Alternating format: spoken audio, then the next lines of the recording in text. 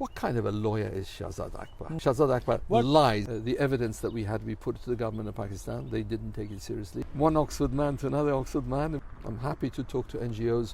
I have no control. But eventually... But if you do not have control over that... Well, he was introduced by a very, very powerful setup. I've seen text messages that while Zafar Ali was in Pakistan, he was sending you text messages on your number. So during the course of your investigation, did you find anything on Avonfield Apartments? Did you hand over that to the NAB or to the arbitration court? Avonfield came much later, much later. No, we were looking at other assets, and we were first we started going into the dark internet, you know, and we found some clues, and then we had hired ex-FBI agents to help us, and professional asset tracers and all that. Avonfield came much later. Avonfield was it's become a story, hot story. I see the Sharif family are making out as though the court decision in London exonerated them. My message is it did nothing of the sort. What it did do is because we withdrew the application because we'd already found enough money to cover the judgment, and we let it go. So why had you decided to take Avonfield attachment application to the London High Court? Well, what were your hopes? We were given an award by the court, and we were writing to Pakistan, say, you are telling us that you are respecting a court order, you've agreed to be bound by it, the court order says pay us, and they weren't, they just weren't.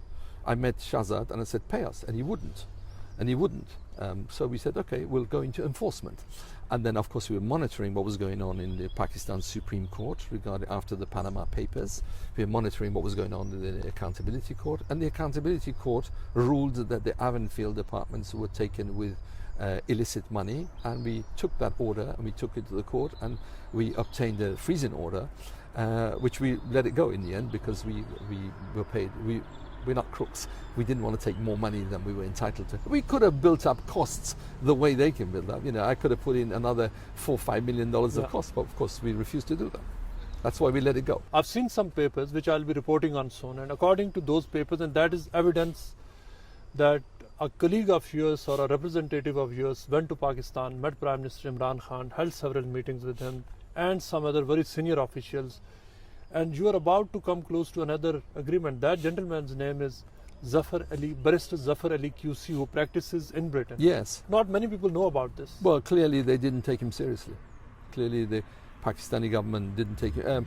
Shahzad Akbar told me that he'd come to see him, and so I said, why did you agree to see him? He said he came with, he was introduced by a very, very powerful person in Pakistan. I couldn't refuse to see him, but then after I saw him, I realized that he's not a person to be dealing with, and I effectively showed him the door. So Shahzad Akbar told you that Zafar Ali QC was introduced to him by somebody powerful in Pakistan. Right. So that's the reason why he agreed to see him, yes. But I've seen text messages that while Zafar Ali was in Pakistan, he was sending you text messages on your number, claiming to be meeting Prime Minister Imran Khan, Asad Umar, and some other very powerful people, and telling you actually that he's having all of those meetings, and you are replying to him in those text messages. Right, yeah. That's well. Yes, of course. I mean, he had said that he was going to meet. He had actually met Imran. He said he met Imran, and he met several other people. And finance minister. Yes, that's right. And in good faith, with the clearance of our lawyers, we were happy to, if Pakistan, the new government. I now remember the. Because Imran had just come to power, and the new government, and they were seeking new channels, and the idea was, look, the previous people, a bunch of crooks, and we intend to investigate these things properly, and we're going to give you a new contract. I said, fine. When Zafar Ali contacted me, he contacted me through a personal friend that I trusted and continue to trust, and I agreed to meet him. And then the rest is history, as you know. I asked Shahzad, and he said to me, yes, he came to see me. I said, well, if you didn't trust him, why did you see him? He said, well, he was introduced by a very, very powerful set of people, and I thought I better see him. And I said, is that how you do things? Is that what a human rights lawyer does? Just because people are powerful, you see them? He said, oh, realities of Pakistan. I said, Shahzad, don't teach me about the realities of Pakistan. I have had bitter personal experiences over the last 18 years, as it then was. And then Shahzad said that he basically showed him the door, and that was the end of it. I've spoken to Shahzad Akbar. Shahzad Akbar actually confirms that he met Zafar Ali, and I've spoken to Zafar Ali. Zafar Ali has said that held those meetings in Pakistan, but he says that he used to be in quite a lot of discussions and communications with you, and he met you quite a lot of times at some Mr. Pucks in this area. I've seen the evidence of Yes, you meeting them. But Zafar Ali now says that he has fallen out with you and he doesn't want to know you anymore. Why? Why do you think? Why do you think? I stand behind the judgment of Sir Anthony Evans. Okay, anybody accusing me, I'll say to them, look what the judge said. Look what the judge found about the credibility of my evidence and my testimony. And look what the judge said about the credibility of the evidence of my adversaries. If Zafar Ali has fallen out with me, Zafar Ali isn't important. I don't fall out with people who are not important. Zafar Ali tried to get in on this act. He was unable to perform. I saw things on his CV that were very worrying. Zafar Ali gave me a CV which claimed that he had a degree from Oxford University. He did not. Okay. He claimed that he'd done a course in international arbitration course in Oxford, and I asked him about that. He said it was one of these, So I said that your CV is not correct. And look, if I send that to the Bar Council of England and Wales, I think they'd be very interested in that. So Zafar Ali, I suggest he keep his mouth shut. Those who live in glass houses do not throw stones. When Musharraf came into power, and how did you get into this whole agreement with Pervez Musharraf? Who made? I mean, how was the first contact made? As happens in big relations, who made the first approaches?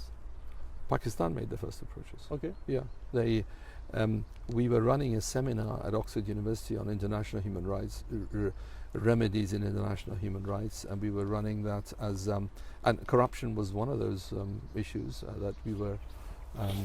They heard about us and they contacted us, and Okay.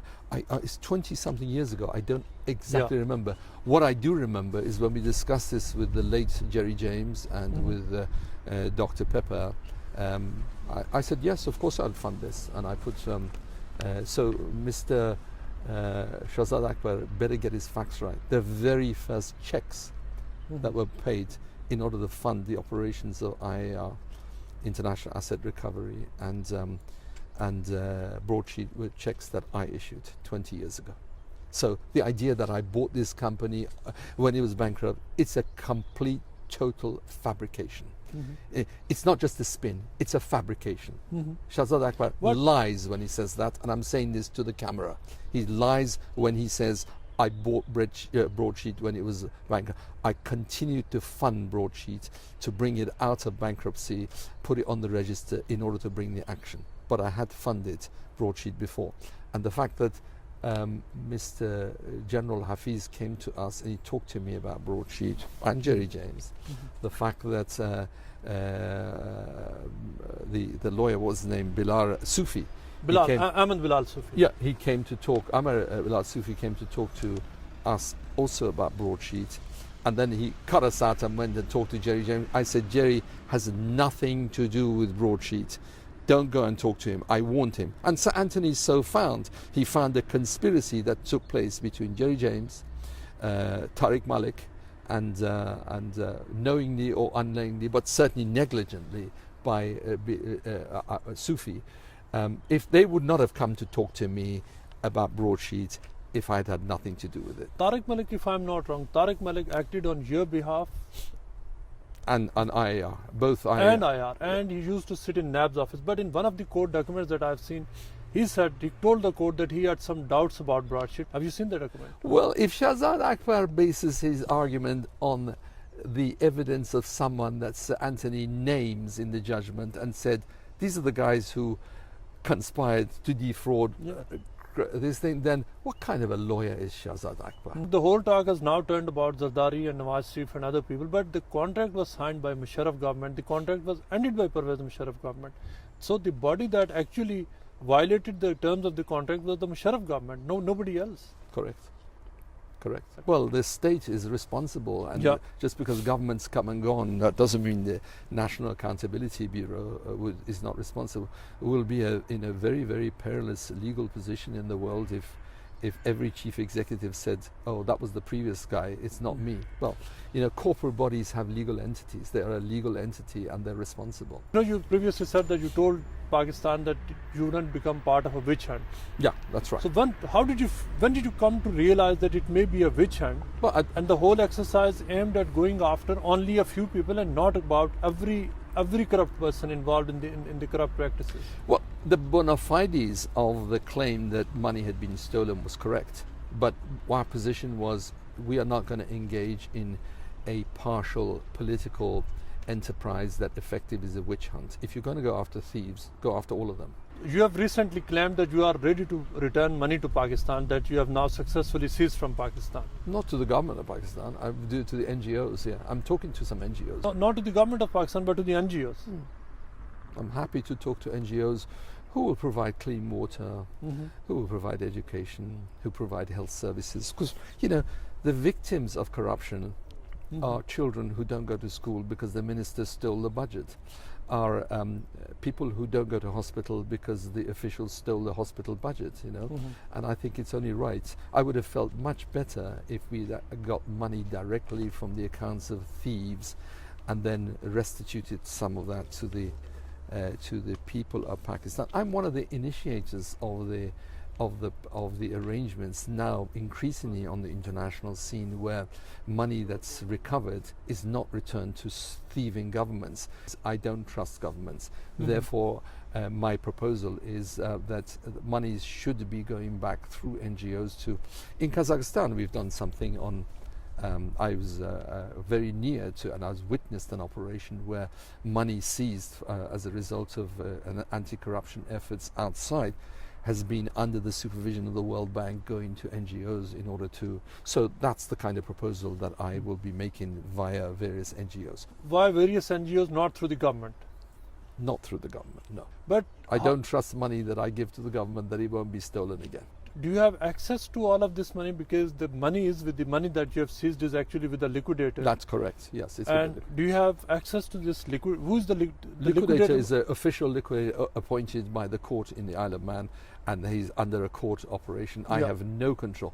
But eventually... But if you do not have control over that, how are you going to, out of 29 million, maybe you want to spend 5 million or 10 million or whatever in Pakistan, how are you going to access this money when it is with the liquidator? Well, the liquidator is going to finish off the insolvency and he's going to make his statement to the court and make a distribution. And once the distribution...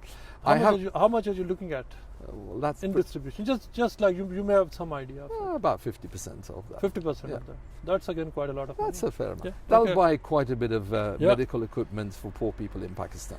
But now that all of that has happened, what are the chances of Imran Khan government doing any business with you when you have a history of some people meeting you in London, coming close to signing an agreement, then asking for a cut and then walking away?